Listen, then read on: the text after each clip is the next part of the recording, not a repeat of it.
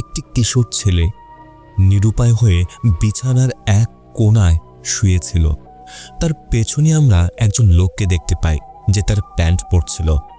আসলে লোকটি এই কিশোর ছেলেটিকে মোলেস্ট করছিল।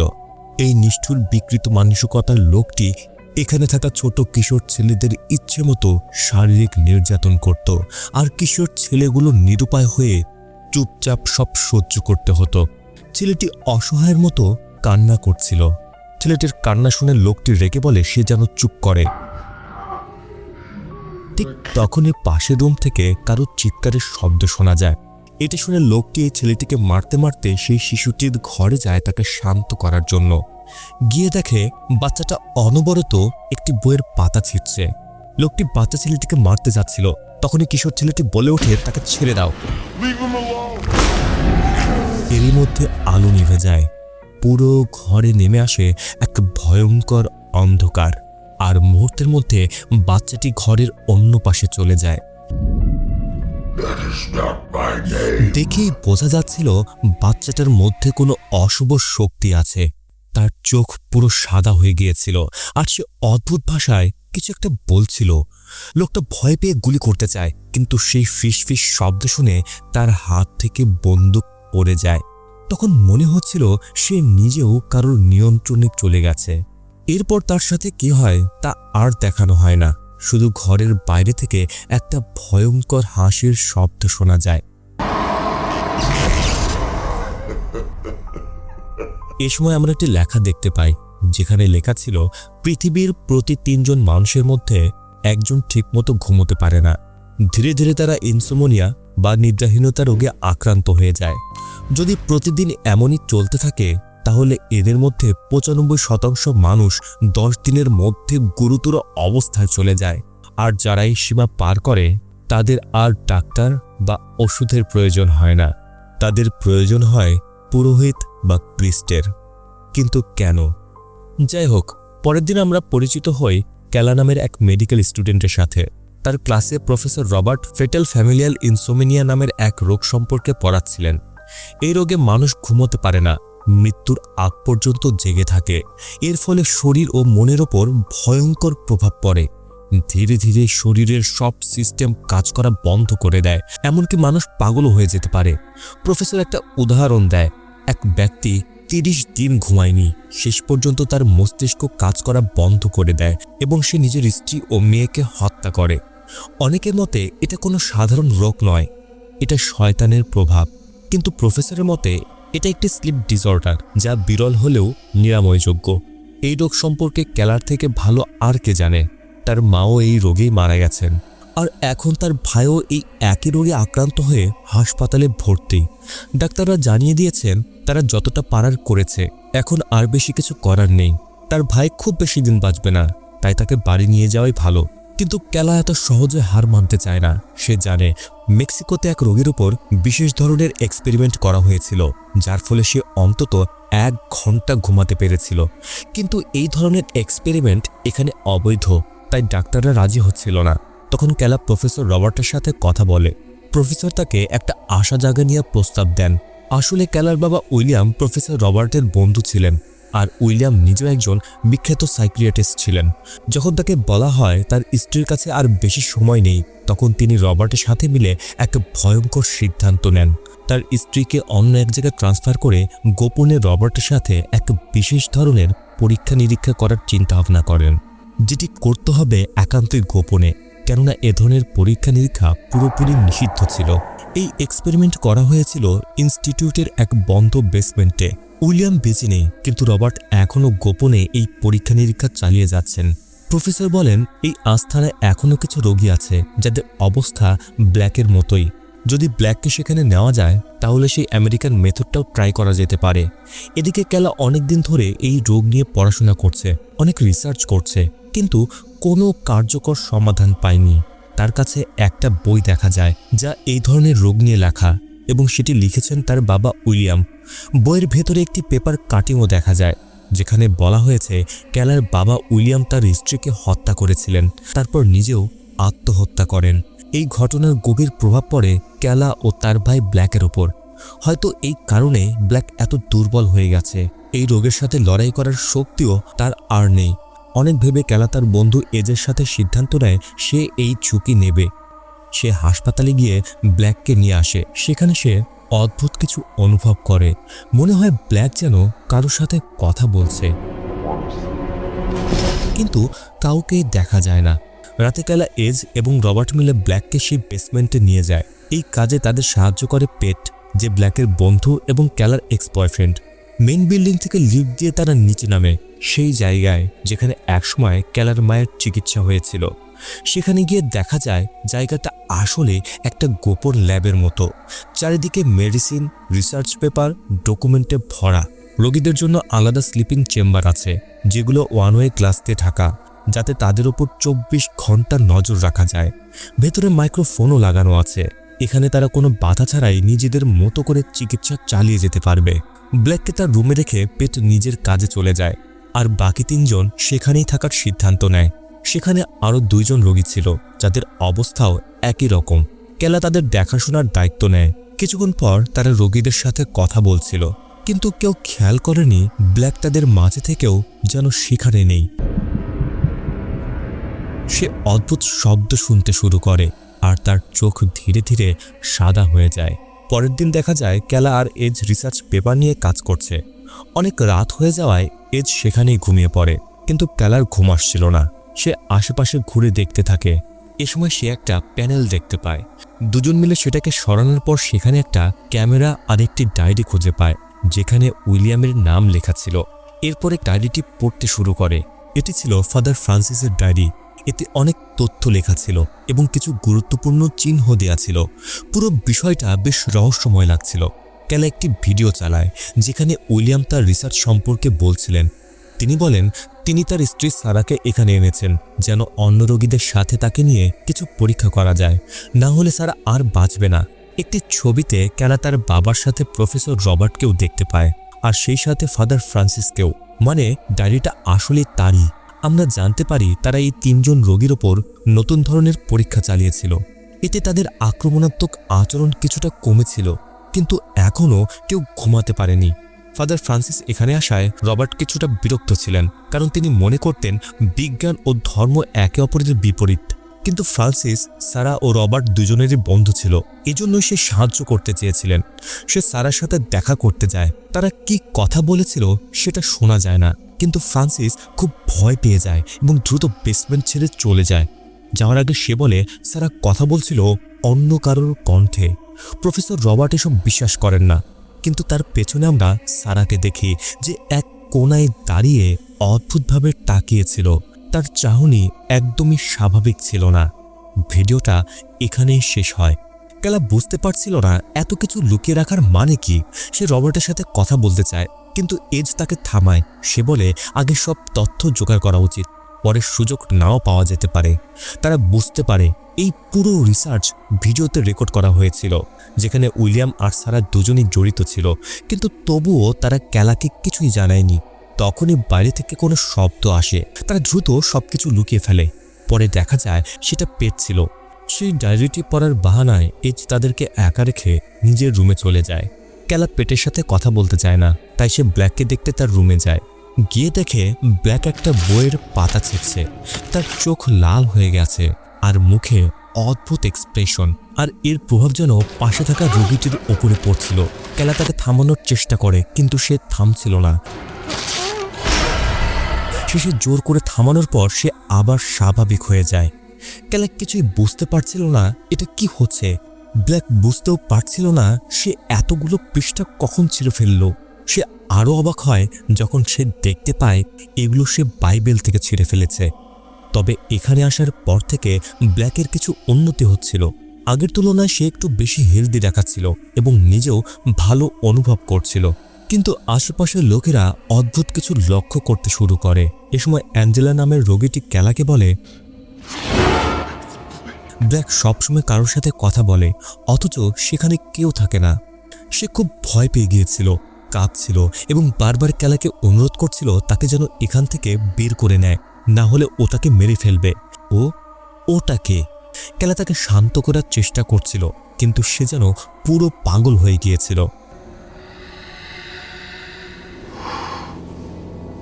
অদ্ভুত ব্যাপার হলো এত কিছু ঘটলেও পেট্রিক কাচের ওপাশে ছিল, কিন্তু সে যেন কিছুই দেখতে পায়নি।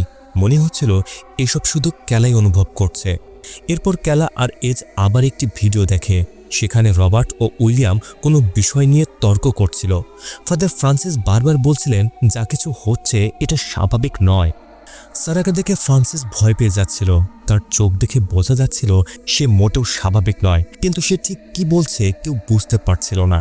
ফ্রান্সিস এ ব্যাপারে অন্যদের সাথে কথা বলেছিল। অনেকেই মনে করছিল সারার মধ্যে অস্বাভাবিক কিছু একটা আছে, কিন্তু রবার্ট এসব হেসে উড়িয়ে দেন। ঠিক তখনই ঘরের পরিবেশ অদ্ভুত হয়ে যায়। আর হঠাৎ করে সারা রবার্টের পেছনে এসে দাঁড়ায়। এটা দেখে সবাই এতটা ভয় পেয়ে যায় যে বুঝতেই পারে না কি দেখল। তারা পুনরায় সে অংশটি রিপ্লে করে দেখে, কিন্তু এবার দেখে সেখানে কেউ নেই। এরপর আবার উইলিয়ামের ভিডিও দেখা যায়। তিনি বলছিলেন আজ ৮ম দিন, আর আজকে রোগীরা খুব বেশি প্যারানয়েড হয়ে যাচ্ছে, তাদের নিয়ন্ত্রণ করা কঠিন হয়ে পড়েছে। কিন্তু এ সময় সারা একদম চুপচাপ বসেছিল। হঠাৎ করেই সে বইয়ের পাতা ছিঁড়তে শুরু করে, একদম ব্ল্যাকের মতো, আর সিনেমার শুরুতে দেখা সেই বাচ্চাটার মতো। এমনকি তার চোখও স্বাভাবিক ছিল না। এদিকে ব্ল্যাককে ওষুধ দেওয়ার সময় হয়ে গিয়েছিল, তাই ক্যালা তার ভাইয়ের কাছে যায়। বাইরে থেকে অদ্ভুত ফিসফিস শব্দ শোনা যায়। অন্যদিকে অ্যাঞ্জেলা আবার আক্রমণাত্মক হয়ে ওঠে। কয়েক মুহূর্তের মধ্যেই কিছু বুঝে ওঠার আগেই সে আত্মহত্যা করে ফেলে। ব্ল্যাককে তখন একদম শান্ত হয়ে বসে থাকতে দেখা যায়, যেন কিছুই হয়নি, বরং তার মুখে একটা অদ্ভুত হাসি ছিল। ক্যালার কাছে সবকিছু অদ্ভুত লাগছিল। তার সামনে এসব হচ্ছে, কিন্তু অন্য কেউ কিছুই দেখতে পাচ্ছে না কেন। ধীরে ধীরে সে অনুভব করে ব্ল্যাকের সাথে অস্বাভাবিক কিছু একটা তো হচ্ছে। হয়তো অজান্তে সে অ্যাঞ্জেলাকে আত্মহত্যা করতে প্রভাবিত করেছে। কিন্তু রবার্ট এসব বিশ্বাস করে না। সে সিদ্ধান্ত নেয় অ্যাঞ্জেলার দেহ সরানোর পর তারা ব্ল্যাককে অন্য কোথাও নিয়ে যাবে। কিন্তু সমস্যা হলো বেসমেন্টের লিফট বন্ধ হয়ে গেছে, আর বাইরে যাওয়ার জন্য অন্য কোনো রাস্তা নেই। তারা ফোন করে সাহায্য চায়, কিন্তু জানানো হয় সকাল হওয়ার আগে কেউ আসতে পারবে না, অর্থাৎ আজকের রাতটা তাদের এখানেই কাটাতে হবে। এই সময়টাকে কাজে লাগিয়ে তারা আবার পরীক্ষা চালানোর সিদ্ধান্ত নেয়। ক্যালা চায় তার ভাইকে ইনজেকশন দিতে। দুজন ভাই বোন কিছু সুখের স্মৃতি শেয়ার করতে শুরু করে, কিন্তু হঠাৎ ব্ল্যাক ক্যালার গলা চেপে ধরে। সে বলতে থাকে আমি তোমাকেও ঠিক তোমার মায়ের মতোই মেরে ফেলবো। ক্যালা কোনোভাবে সেখান থেকে বেঁচে বেরিয়ে আসে, কিন্তু এত কিছু দেখে তার মাথা কাজ করা বন্ধ করে দেয়। সে গিয়ে পেটের সাথে এই বিষয়টা আলোচনা করে এবং তাকে ভিডিওটা দেখায়। এবার তারা দুজন একসাথে আবার সেই ভিডিও দেখে। ভিডিওতে দেখা যায় তারা রোগীদের সাথে কথা বলছে। প্রথম দুইজন রোগী খুব অদ্ভুত আচরণ করছিল। একজন শুধু সোজা তাকিয়েছিল আর অন্যজন শুধু হাসছিল। এই কয়েকজনের মধ্যে একমাত্র সারাকেই একটু আলাদা মনে হচ্ছিল, কিন্তু তার কথাগুলো বোঝা যাচ্ছিল না। জিজ্ঞাসা করলে সে বলতে থাকে সে একা নয়, তার সাথে কেউ আছে। উইলিয়াম জিজ্ঞাসা করে কে? তখন সে বলে ইডেমন। এরপর দেখা যায় উইলিয়াম খুব চিন্তিত। অনেকদিন হয়ে গেছে কিন্তু কোনো ভালো ফল পাওয়া যায়নি। হঠাৎ সারা তার সামনে এসে দাঁড়ায়, তার চোখ পুরো সাদা হয়ে গেছে। যদিও সে স্ক্রিনের ভেতরে ছিল, তবুও মনে হচ্ছিল যেন সে সত্যি তাদের দিকে তাকিয়ে আছে। উইলিয়াম দ্রুত ফাদার ফ্রান্সিসকে ডাকতে যায়। সবাই যখন আবার রুমে ফিরে আসে তখন রুমের অবস্থা পুরো বদলে গিয়েছিল। চতুর্দিকে রক্ত ছড়িয়ে ছিটে আছে। ভেতর থেকে অদ্ভুত শব্দ আসছিল। কেউ বুঝতে পারছিল না ভেতরে কি হচ্ছে। ফ্রান্সিস সঙ্গে সঙ্গে বলে সারাকে এখান থেকে বের করতে হবে। এত কিছু দেখার পরও রবার্ট মনে করছিল সারার কোনো শয়তানি সমস্যা নেই, বরং তার শুধু ঘুমের প্রয়োজন। তখন হঠাৎ একটা অজানা কণ্ঠ শোনা যায় যে বলছিল এখন সারার আর কোনো ঘুমের প্রয়োজন হবে না। কে এই কথা বলল কেউ বুঝতে পারে না, কারণ স্ক্রিন তখন ব্ল্যাক হয়ে গিয়েছিল। শুধু ভয়ঙ্কর অডিও বাজছিল। কেউ কিছু একটা বলছিল, কিন্তু ভাষাটা একদম অজানা ছিল। ক্যালা আর পেটও বোঝার চেষ্টা করছিল, কিন্তু তারাও যেন এই ভাষাগুলো বুঝতে পারছিল না। তখনই এজ এসে তাদেরকে ডাকে, আর তারাও যেন স্বাভাবিক হয়ে যায়। এজ পুরো ডায়েরিটি পড়েছে। এতে তারা বুঝতে পারে ফ্রান্সিস ধারণা করছিল সারাকে কোনো এক ভয়ঙ্কর শয়তান ভর করেছিল। যারা অনেকদিন ঘুমায় না, এই শয়তান তাদের নিয়ন্ত্রণে নেয় এবং তাদের দিয়ে নিরীহ মানুষকে হত্যা করায়। এভাবে নিরীহ আত্মা সংগ্রহ করতে করতে একসময় সেই শয়তান এত শক্তিশালী হয়ে যায় যে তার আর মানুষের শরীরের প্রয়োজনই পড়ে না। ডায়েরিতে এই শয়তান সম্পর্কে আরও অনেক তথ্য, লক্ষণ ও চিত্র লেখা ছিল। এখন ক্লারা নিশ্চিত হয়ে যায় ফ্রান্সিস ঠিকই বলেছিল। সারাকে সত্যি কোনো এক শয়তান ভর করেছিল, আর এখন সেই শয়তান ব্ল্যাকের শরীরে চলে এসেছে। এটা কোনো ওষুধে ঠিক হবে না, এর জন্য দরকার এক্সোরসিজম, আর সেই পদ্ধতিও ডায়েরিতে লেখা আছে। যদিও ভিডিওতে যা দেখানো হয়েছিল তার সবকিছু পুরোপুরি পরিষ্কার ছিল না। এমনকি পেট তাদের এই কথাতে সম্মতি দেয় না। এই কথাগুলো নিয়ে তাদের মধ্যে ঝগড়া তৈরি হয়। এর ফলে এজ রেগে গিয়ে সেখান থেকে চলে যায়। কিন্তু সে চলে যাওয়ার পরে তারা ভাবতে থাকে এজের কথার মধ্যে বেশ কিছু যুক্তি তো অবশ্যই আছে, তাই তারা পুনরায় ডায়েরিটি পড়তে শুরু করে। এমনকি সে টেপগুলো চালিয়ে দেখে, কিন্তু এটাই ছিল সর্বশেষ টেপ। তাহলে শেষে তাদের সাথে কি ঘটেছিল, আর কিভাবে তারা জানতে পারবে শেষে কি ঘটেছিল? এই কথা বলার পর তারা ক্যামেরা চেক করে, আর সেখানে তারা একটি টেপ খুঁজে পায়। অন্যদিকে আমরা এলিসকে দেখি যে তার ঘরে একা বসেছিল। এই সময় সে এয়ার কন্ডিশনের ভেতর থেকে অদ্ভুত শব্দ শুনতে পায়। বিষয়টি ভালো করে বোঝার জন্য সে সেখানে থাকার ঢাকনাটি খুলে ফেলে। আসলে এই বাতাস চলাচলের রাস্তাটি রোগীদের রুমের সাথে যুক্ত ছিল, আর এই ফিসফিস শব্দগুলো ব্ল্যাক করছিল। এতক্ষণে পেট ও ক্যালা ভিডিওটি দেখতে শুরু করেছে, যেখানে উইলিয়াম ভিডিওতে তার সন্তানদের কাছে ক্ষমা চাচ্ছিল। এরপর সে ফ্রান্সিসের সাথে সারাকে এক্সোরসিজম করার জন্য যাচ্ছিল। পুরো ঘরে সারা একাই ছিল, বাকি রোগীগুলোকে কোথাও দেখা যাচ্ছিল না। মনে হচ্ছিল তারা যেন সেখান থেকে গায়েব হয়ে গেছে। আলো জ্বালাতে তারা দেখতে পায় সারার পুরো শরীর রক্তে ভেজা, আর তার হাতে একটি ধারালো ছুরি ছিল। তাকে দেখে খুব ভয়ঙ্কর মনে হচ্ছিল। ধারণা করা হচ্ছিল হয়তো সেই বাকি 2 রোগীকে মেরে ফেলেছে। এগুলো দেখে ফ্রান্সিস দ্রুত এক্সোরসিজম শুরু করে। ফ্রান্সিস এক্সোরসিজম শুরু করতেই সারা অন্য একটি কণ্ঠে তাদেরকে এখান থেকে চলে যেতে বলে। রবার্টও তাদেরকে থামানোর চেষ্টা করছিল, কিন্তু তারা রবার্টের কথা শোনে না। হঠাৎ সারা তাদের উপর আক্রমণ করে, আর ভিডিওটি এখানেই বন্ধ হয়ে যায়। কিছু সময় পর আমরা ভিডিওতে ফ্রান্সিসকে দেখি, এবং তার পেছনে রবার্ট ছিল, যে জানাতে এসেছে উইলিয়াম মারা গেছে, আর যত দ্রুত সম্ভব ফ্রান্সিসকে এখান থেকে বেরিয়ে যেতে হবে। সেগুলো বলছিল ঠিকই, কিন্তু তার কণ্ঠে যেন কোনো ভয় বা আতঙ্ক ছিলই না। তাকে একদম শান্ত মনে হচ্ছিল। এ সময় ফ্রান্সিস বলে ভিডিওটি তাদের শেষ করতে হবে, কেননা এটি চার্জে দেখালে তারা হয়তো সাহায্য পেতে পারে। এটা শোনা মাত্রই রব তার উপর আক্রমণ করে, আর বলতে থাকে তোমার কারণে সবকিছু শেষ হয়ে গেছে।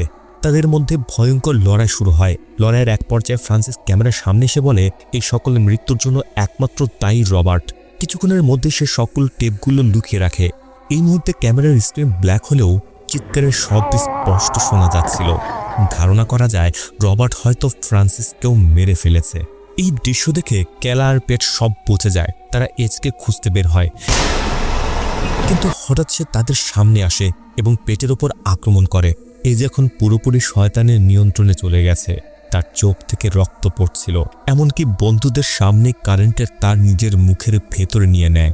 এতে সে সেখানেই মারা যায়। অর্থাৎ সে শয়তান আরেকটা আত্মাকেও নিজের নিয়ন্ত্রণে নিয়ে নিয়েছে। পরিস্থিতি এখন পুরোপুরি নিয়ন্ত্রণের বাইরে চলে যায়। পেট দৌড়ে ফোনের কাছে যায় সাহায্য চাওয়ার জন্য, কিন্তু ফোনটির মাধ্যমে কোনো কিছু যেন কানেক্ট করা যাচ্ছিল না। খুলে দেখে ফোনটি আগে থেকে ডিসকানেক্ট করা হয়েছে।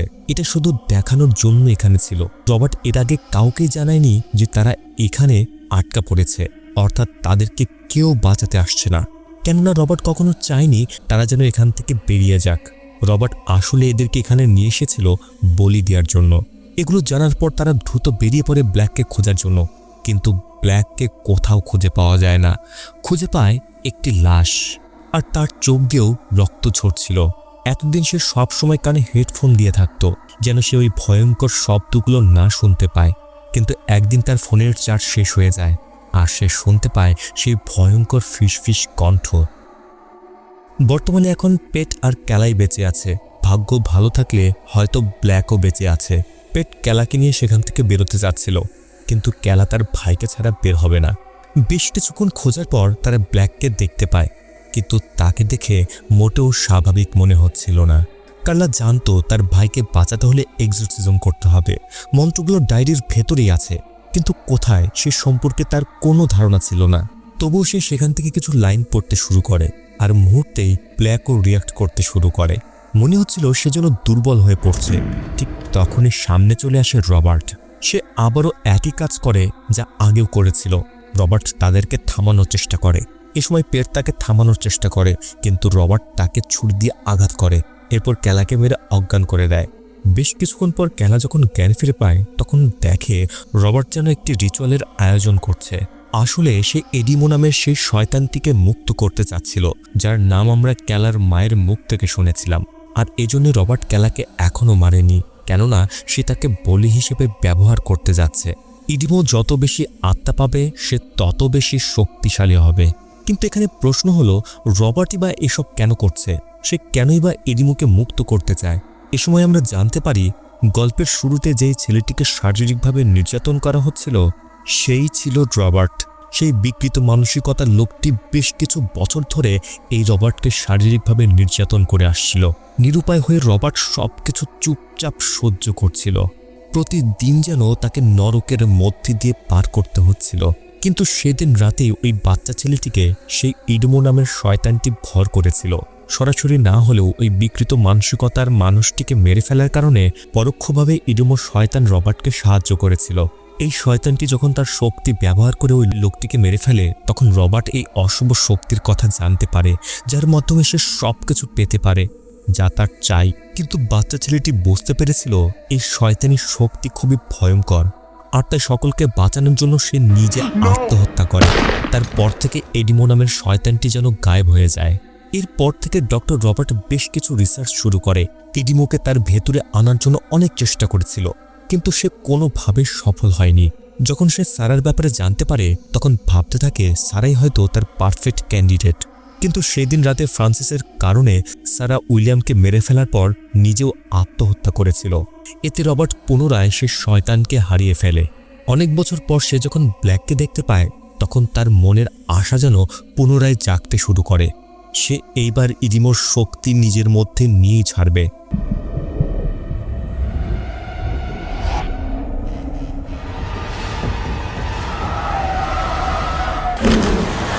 এর মধ্যে ব্ল্যাক সেখানে এসে পৌঁছায়, আর রবার্ট তার মন্ত্র পড়তে শুরু করে। এগুলো দেখে ক্যালাও সেই ডায়েরিতে থাকা মন্ত্রগুলো পাঠ করতে শুরু করে। একদিকে অশুভ শক্তি আর অন্যদিকে ভালো শক্তির লড়াই শুরু হয়ে যায়। কিন্তু এই সময় রবার্ট একটি ভুল করে বসে। সে কোনো না কোনোভাবে ইডিমোকে নিয়ন্ত্রণ করতে চাচ্ছিল।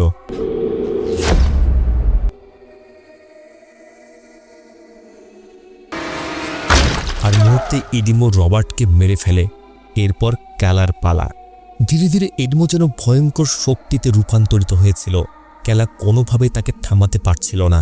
নিরুপায় হয়ে সে তার ভাইয়ের কাছে সাহায্যের জন্য প্রার্থনা করে, কেননা একমাত্র সেই তার ভেতরে থাকা শয়তানটিকে ধ্বংস করতে পারত। বেশ কিছুক্ষণ চেষ্টা করার পর ব্ল্যাক তার বোনের আর্তনাদ অনুভব করতে পারে, আর সে ভেতরে ভেতরে শয়তানের সাথে লড়াই শুরু করে। কিছুক্ষণের মধ্যে আমরা দেখতে পাই শয়তানের শক্তিটি তার শরীর থেকে বের হয়ে যাচ্ছে। অবশেষে তারা দুজনে মিলে সেই শয়তানকে হারাতে সক্ষম হয়েছে। এই সময় ক্যালা দেখতে পায় দূরেই চাবি পড়ে আছে। এর 3 দিন পর দুজন এখন অনেকটা সুস্থ। ব্ল্যাক এখন নিশ্চিন্তে ঘুমোতে পারছে, কিন্তু তার বোনের ঘুম যেন কোথায় হারিয়ে গেছে। তাহলে কি সেই শয়তানের পরবর্তী শিকার সে? অর্থাৎ গল্পটি এখনও শেষ হয়নি।